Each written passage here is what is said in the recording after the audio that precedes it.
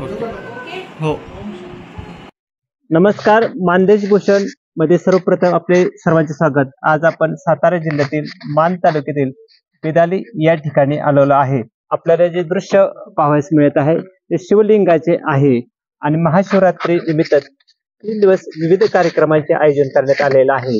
खरं तर जे शिवलिंग आपल्याला पाहावयास मिळत आहे ते एक वेगळं पण आहे।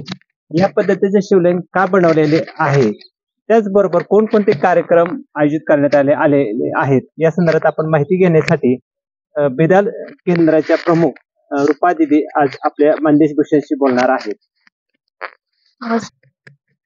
आज महाशिवरात्री महोत्सवाचे उद्घाटन झालेले आहे।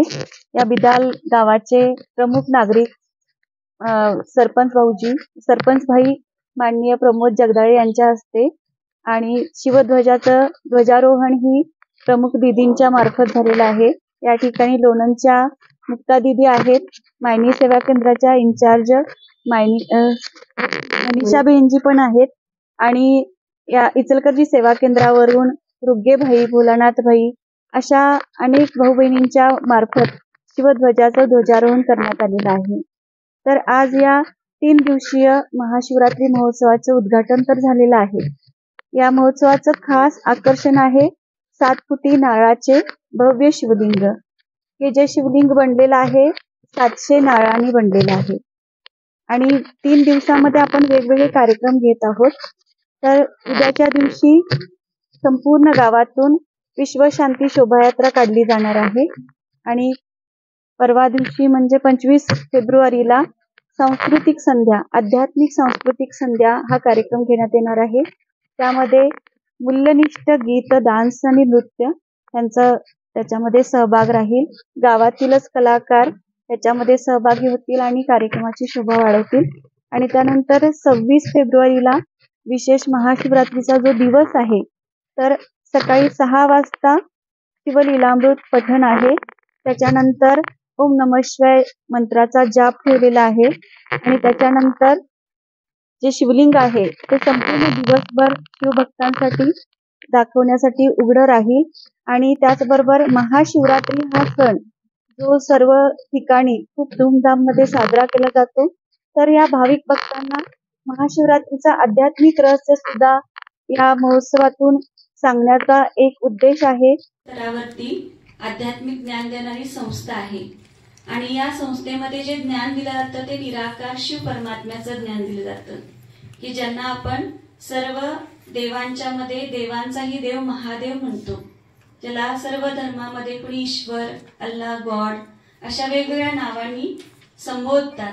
तर त्या निराकार शिवाचं ज्ञान या विद्यालयामध्ये दिलं जातं आणि ब्रह्माकुमारीज विद्यालयामध्ये सर्वजण हा महाशिवरात्री महोत्सव खूप मोठ्या प्रमाणात उमंग उत्साहामध्ये आणि थाटामाटाने करत असतात।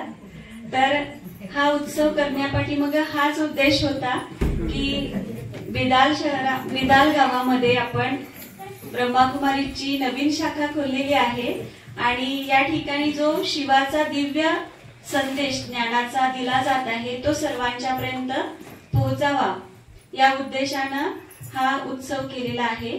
तर परमात्मा हा निराकार आहे। आपण सर्वजण जन्म मरणाच्या फेऱ्यात आलेलो आहोत। आपण सर्वजण गर्भातून जन्म घेतो, परंतु ईश्वरानं वचन दिले की जेव्हा जेव्हा धर्मग्लानी होते तेव्हा तेव्हा या सृष्टीवर अवतरित होऊन या सृष्टीचं परिवर्तन करण्याचं कार्य करतो, नरकाला स्वर्ग बनवण्याचं कार्य करतो। तर याच पद्धतीने 1937 साली निराकार शिव परमात्मा या धर्तीवर अवतरित झालेले आहेत आणि म्हणून त्यांचा हा येण्याचा दिवस महाशिवरात्री आपण अवतरण दिन म्हणून साजरा करतो। तर यंदाची जी महाशिवरात्री आहे ती 89वी महाशिवरात्री आहे। शिवाचा तो जन्मोत्सव आहे जो कधीही जन्मलेला नाही, त्याचा जन्मोत्सव। तर या ठिकाणी आपण बिदालमध्ये नारळाचं 7 फुटी शिवलिंग बनवलेलं आहे की ज्याच्यामध्ये आपण 700 नारळ वापरलेले आहेत बनवण्यासाठी। तर नारळ आपण पूजेसाठी वापरतो आणि नारळाला खूप शुभ मानलं जातं। कोणत्याही शुभ कार्याला आपण नारळ जरूर वाढवतो। तर नारळ हे प्रतीक आहे, परमात्मा सांगतो की मनुष्याच्या डोक्याचं प्रतीक आहे आणि डोक्यामध्ये मेंदू आहे, बुद्धी आहे, त्या बुद्धीच्या जोरावर आपण खूप उंच भरारी मारलेली आहे आणि माणसाच्या बुद्धीमध्ये किंवा आत्म्यामध्ये खूप गुण भरलेले आहेत. कधी कधी काय होतं की आपण त्या गुणांच्या जास्त अभिमानामध्ये वावरू लागतो. आपल्यामध्ये अभिमान आल्यामुळं आपलं वागणं थोडंसं गर्विष्ठ बनतं आणि आपल्या गुणांच्या मध्ये ऱ्हास येते. म्हणून परमात्मा सांगतो की ईश्वराकडे आपल्याला जायचं आहे, तर त्यासाठी पहिल्यांदा आपल्याला अभिमान आपला नष्ट केला पाहिजे. आणि म्हणून पहिल्यांदा आपण पूजेला काय करतो, नारळ फोडतो. म्हणजेच आपल्या बुद्धीला काय करायचंय, ईश्वराच्या समोर एकदम नतमस्तक करायचं किंवा शरण जायचं की मी आता सगळा माझा अभिमान घालवलेला आणि मी तुझ्यापर्यंत पोहोचलेलो, तरच आपण त्या ईश्वराशी एकनिष्ठ होऊ शकतो. तर या ठिकाणी खूप चांगले मार्गदर्शक या कार्यक्रमासाठी लाभलेले आहेत. बाहेर खूप ऊन आहे म्हणून ह्या कमी जागेमध्ये आपण कार्यक्रम घेत आहोत. तर मी आता इथल्या पुढच्या कार्यक्रमासाठी आपल्या सभेमध्ये सरांचं मी स्वागत होत आहे.